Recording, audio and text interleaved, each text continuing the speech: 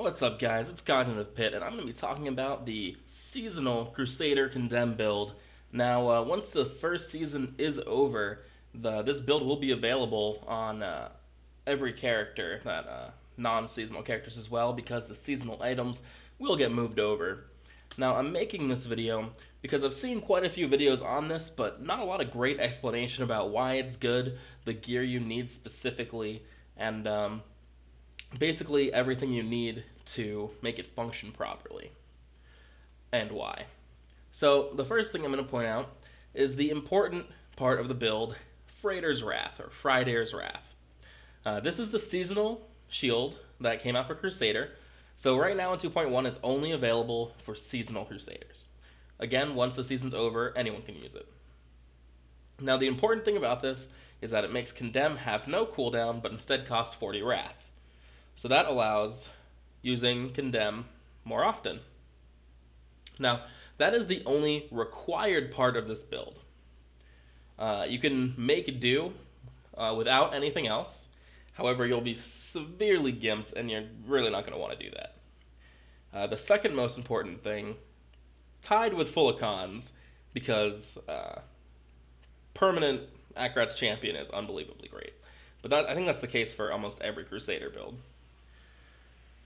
Now, looking at the Blade of Prophecy, this is the second most important thing, because condemned enemies also trigger Condemned Explosion. So when you can cast Condemn, what you hit will then explode again with Condemn. Now, this only works up to 2 times, but that's still almost tripled of your damage. So that's really good. Now, the final thing you need, besides full of cons to make this work perfectly, is really high cooldown reduction. So the ways we're going to achieve that is getting cooldown reduction on nearly everything that we can without losing a lot of stuff. So that first is the Vigilante belt, which provides 8% cooldown. It's the only belt that does that. Captain Crimson's belt does do that. So if you don't have a Vigilante belt, you can use Captain Crimson's, but I'll explain now, or in a minute, why that's a problem. So you can get cooldown reduction on your amulet. You definitely need it on your shoulders and gloves. I don't have it on my rings because I don't need it. And then my weapon has it. Blade of Prophecy always comes with cooldown reduction, so that's kind of nice. Now, the reason why Captain Crimson's doesn't really work is because the only viable spots are the belt, pants, and feet. Now, boots and pants you can't have. One of the Captain Crimson's has to be a belt because you want the 6th set for the Akon. So you have to have the belt. That leaves the pants and the boots. Now if you get Captain Crimson's and use one of these, you won't be able to use Leoric's Crown. Leoric's Crown is vital to this build. Now my Leoric's Crown is not very good as far as stats, but it has everything I need. It has the 99% for and the effect of any gem socketed into this item by 99%, increases it, in a socket. The reason you do this is my good gem's actually on my monk right now, but I can just throw in an Imperial Diamond real quick. And now you'll notice that 11% is higher than anywhere else you can get cooldown reduction, and you're effectively doubling it. So that 11% is turning into 22% almost. So if this was a higher gem, my cooldown reduction would be hitting what I need to in order for this build to work. The cooldown reduction you need is 56. It's 55.7 around there, but 56 is what you're trying to aim for. With a better gem, my cooldown reduction is 55.9, which is exactly where you want to be. So that is basically everything that makes the build function. It's cooldown reduction. Now the reason you have cooldown reduction is so that you can go into Akarat's champion and you'll never run out of Wrath. Because this reduces the cost of all abilities while Akarat's champion is active by 50%. So that's really vital because 40 Wrath for Condemn is very expensive. Now let's talk about your actual build. You're going to still have Slash with Zeal. It's a holy attack. It's good. AoE increases attack speed. Generates Wrath whenever you need it. And with Condemn, since you can't actually keep casting Condemn, you can actually cast Zeal in between all of your Condemn casts. So that's what you'll be doing. Now we're going to look at Condemn. There are 2 viable runes for this.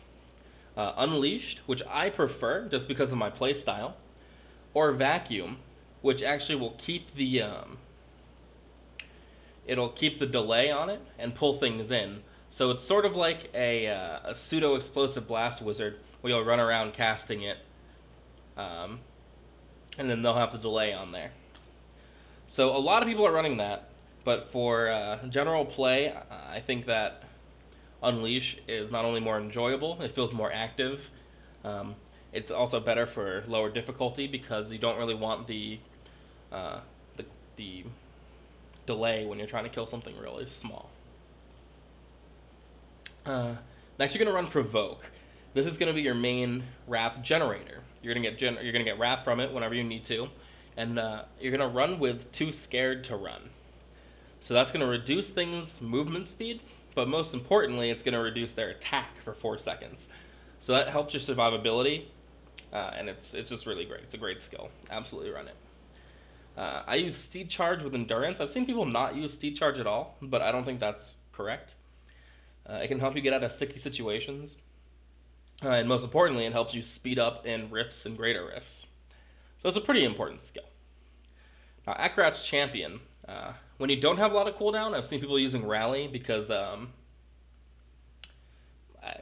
people want their Laws or Provoke to be off cooldown faster. I've seen people use Embodiment of Power, which will help your Wrath regeneration, which allows you to cast Condemn even more. But Prophet is absolutely the best. You won't be able to run Greater Rifts without Prophet. That's 150% additional armor, which really increases your toughness and your survivability. So you absolutely need it. And when you die, you come back to full life. Although Akarat's Champion goes down after that, so you usually have to run out. But it's a free revival plus a lot of toughness, and it's permanent. Finally, Laws. Most people run the Law of Valor with Unstoppable Force, which combined with Akarat's Champion makes Condemn cost basically nothing, and you can cast it forever, which is good. I agree that it's good,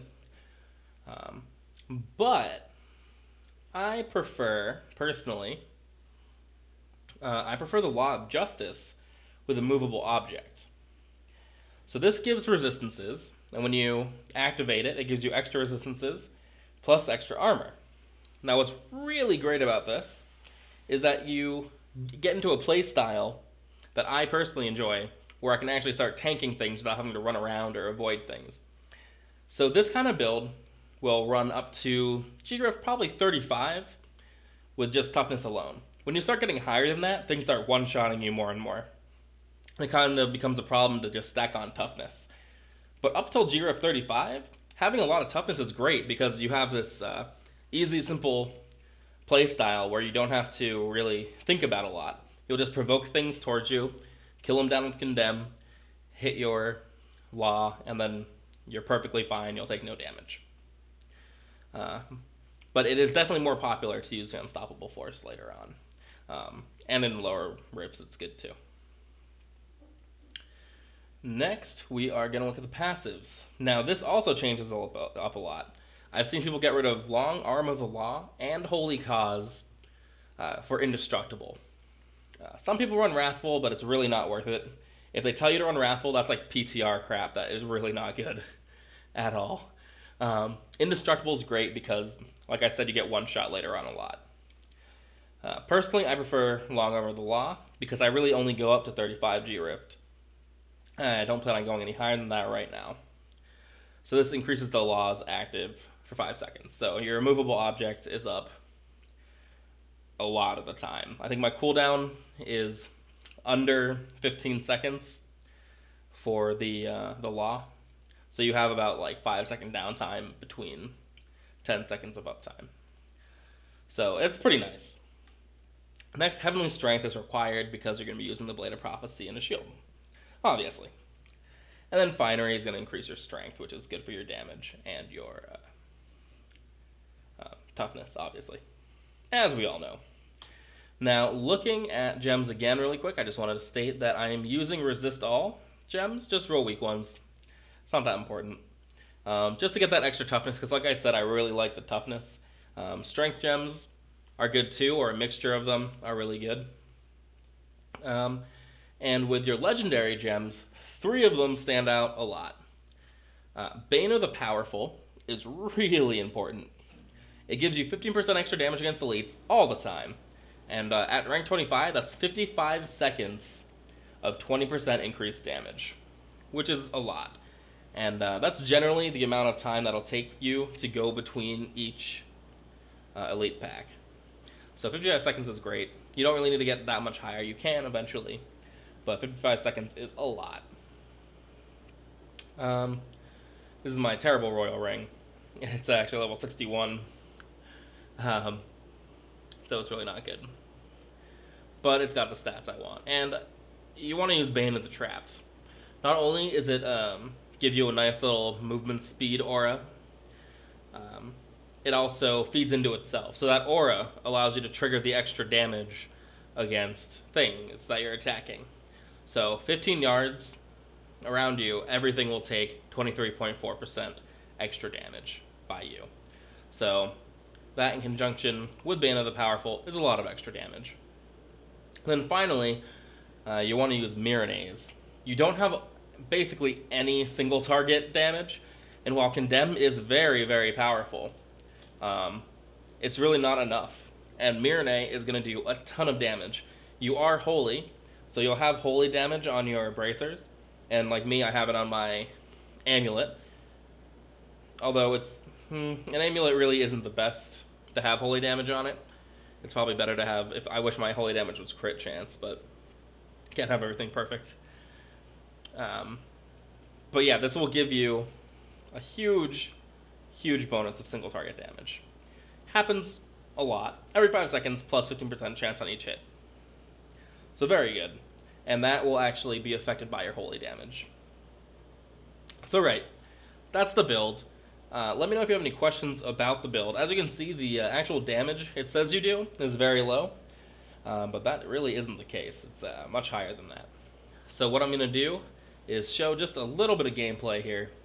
I don't have anything prepared, but I'm going to go somewhere rather dangerous to just really exemplify why I use the law I do to make things really easy. So you can just gather things up and see it absolutely destroys Torment 6 things. Well, got a legendary. But right, this is Torment 6. You have permanent Acrorats. You can use your law often either for speed or you can use it for resistances, so this stuff is literally does not damage you at all. You're extraordinarily strong. Like I said, this sort of build can easily go up to G-Rift 35. Getting higher than that can be rather difficult and dependent upon play style, and it's going to be really about dodging and avoiding attacks, which with the build I'm showing you, you don't really have to do a lot. So let me know if you guys have any questions about this build. I'll gladly tell you more about it. I've been using it all season. It's really quite powerful, and the gear requirements are not much more than any other kind of build that you'll be doing. So yeah, please like, comment, and subscribe if you want. I'm going to be putting out some more builds that I've been running, not just for Crusader, but for other classes, in season specifically. So I have a Monk's ZDPS build that I'm going to be showing off, which is a really, really good build for really high G-Rifts. So look forward to that. But anyway, guys, thanks for watching,